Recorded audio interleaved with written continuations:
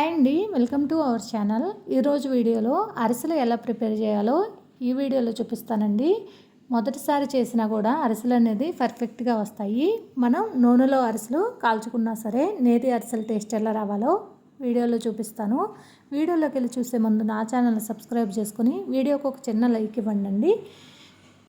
అరిసెలు ప్రిపేర్ చేయడానికి ఫస్ట్ నేనైతే రేషన్ బియ్యంతో ఈ అరిసెలు అనేది ప్రిపేర్ చేస్తాను. ఒక బౌల్ తీసుకొని ఆ బౌల్లో నేను చూపిస్తున్న గ్లాస్తో 6 గ్లాసుల రేషన్ బియ్యం తీసుకోండి. రేషన్ బియ్యంతో అరిసెలు అనేవి చాలా బాగుంటాయండి. 6 గ్లాసుల బియ్యం ఏంటంటే నేను కేజీ బియ్యంతో అరిసెలు ప్రిపేర్ చేస్తాను. ఆ కేజీ బియ్యానికి బెల్లం అన్ని కొలతలు ఎలాగో చూపిస్తానండి వీడియోలో.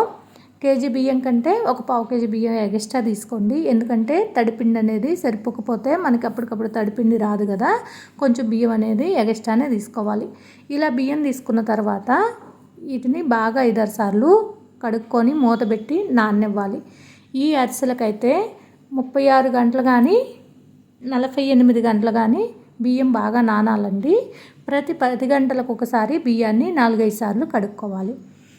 ఫస్ట్ రోజు సాయంత్రం పూట నానబెట్టానండి. మరుసటి రోజు ఉదయాన్నే మళ్ళీ బాగా 4-5 సార్లు కడిగి వాటర్ పోసి మళ్ళీ మూత పెట్టుకున్నాను. అలాగే మళ్ళీ సాయంత్రం పూట కూడా అలానే కడిగి పెట్టుకోవాలి.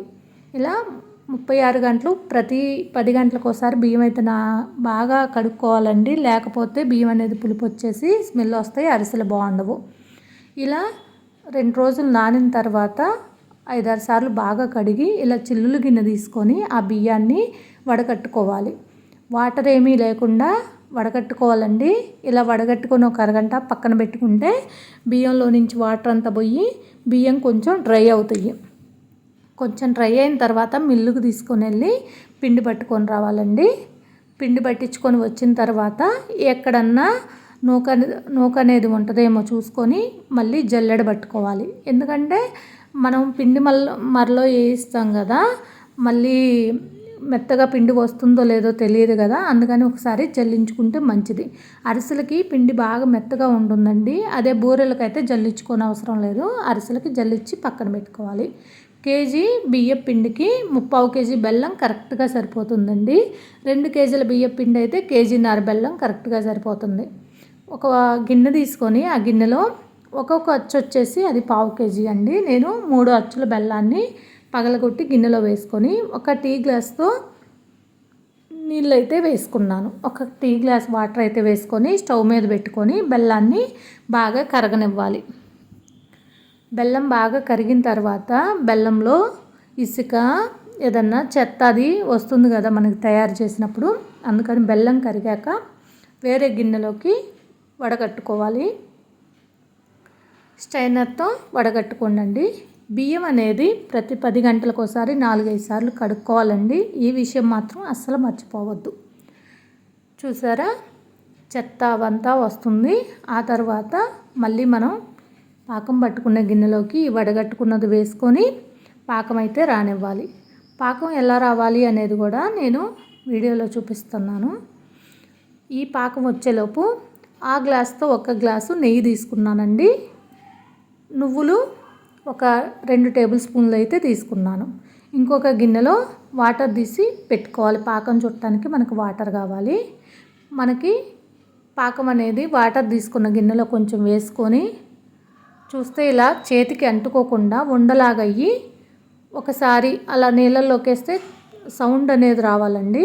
అలా వస్తే మనకి పాకం అనేది రెడీ అయిపోయింది.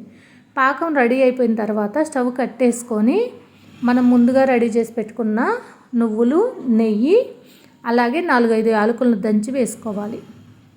దంచి వేసుకున్న తర్వాత వెంటనే పాకం వేడి మీదే మనం రెడీ చేసి పెట్టుకున్న పిండిని వేసుకుంటూ బాగా కలదిప్పుకోవాలండి. ఇదైతే ఫాస్ట్గా చేయాల్సిన పని. 2 మనుషులైతే ఉండాలండి. ఒకరు కలదిప్పుతుంటే ఇంకొకరు పిండి వేస్తూ 2 మనుషులైతే ఉండాలి. చూసారు కదా, మనకి ఎంత పిండి అయితే పడుతుందో అంత పిండి వేసుకొని అలా కొంచెం జారుడుగా ఉండాలండి. ఎందుకంటే చలికాలం కదా, పిండి తొందరగా గట్టిపడిద్ది. ముందే గట్టిగా కలుపుకుంటే అరిసెలు అనేవి గట్టిగా వస్తాయి. అందుకని అలా కలుపుకుంటే సరిపోతుంది. తర్వాత స్టవ్ వెలిగించుకొని కడాయి పెట్టుకొని నేను శనగ నూనెలో వేరుశనగ నూనెతో ఈ అరిసెలు చేస్తున్నానండి. పాకంలో నెయ్యి పోసాను కదా, అప్పుడు మనకి అరిసె అనేది నెయ్యి టేస్టే వస్తాయి. ఆయిల్ కాగేలోపు ఈ పిండి సలిపిండి అనేది ఆరిపోకుండా దాని మీద మూత పెట్టుకొని కొంచెం కొంచెం పిండి ప్లేట్లో వేసుకొని ఇంకొక గిన్నెలో నెయ్యి అయితే కొంచెం తీసుకోవాలండి. ఒక ప్లేట్ బౌల్ ఇచ్చి దాని మీద ఒక కవర్ తీసుకొని కొంచెం కొంచెం ఈ సలిబిండి తీసుకుంటూ మనం అరిసెల్లాగా ఒత్తుకోవాలి. నేను వీడియోలో చూపించిన విధంగా ఒత్తుకోండి. పిండి ఒక్కసారి ఎక్కువగా ప్లేట్లో వేసుకోకండి, చలికి తొందరగా ఆరిపోతుంది. పిండి అరిసెలు చేయడానికి గట్టిగా ఉంటుంది. ఇలా కొంచెం కొంచెం వేసుకొని అరిసెలు అయితే ఒత్తుకోవాలి. మూత అయితే ఉండాలండి.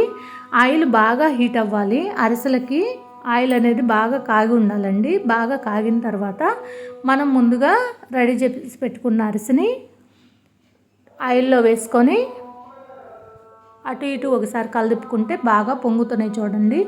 నేను చెప్పిన విధంగా కనుక మీరు ట్రై చేస్తే అరిసెలు అనేది చెడిపోకుండా పర్ఫెక్ట్గా వస్తాయి. ప్రతి అరిసె పొంగుతూ చాలా బాగా వస్తాయండి. చూసారు కదా, అరిసె ప్రతిదీ పొంగుతుంది. ఇలా పర్ఫెక్ట్గా అరిసెలు చేసుకోవాలంటే ఈ విధంగా చేసుకోండి. పాకం అనేది నేను ఎలా పట్టాను అనేది ఒకసారి వీడియోలో చూస్తూ చేసుకోండి. ఈ వీడియో మీకు నచ్చిందా? నచ్చితే ఒక చిన్న లైక్ చేసి నా ఛానల్ని సబ్స్క్రైబ్ చేసుకోండి ఫ్రెండ్స్. మీరు కూడా ఇలాగా ట్రై చేసి అరిసెలు ఎలా వచ్చినాయి అనేది నాకు కామెంట్ చేసి చెప్పండి. మరో మంచి వీడియోతో మిమ్మల్ని మళ్ళీ కలుస్తాను.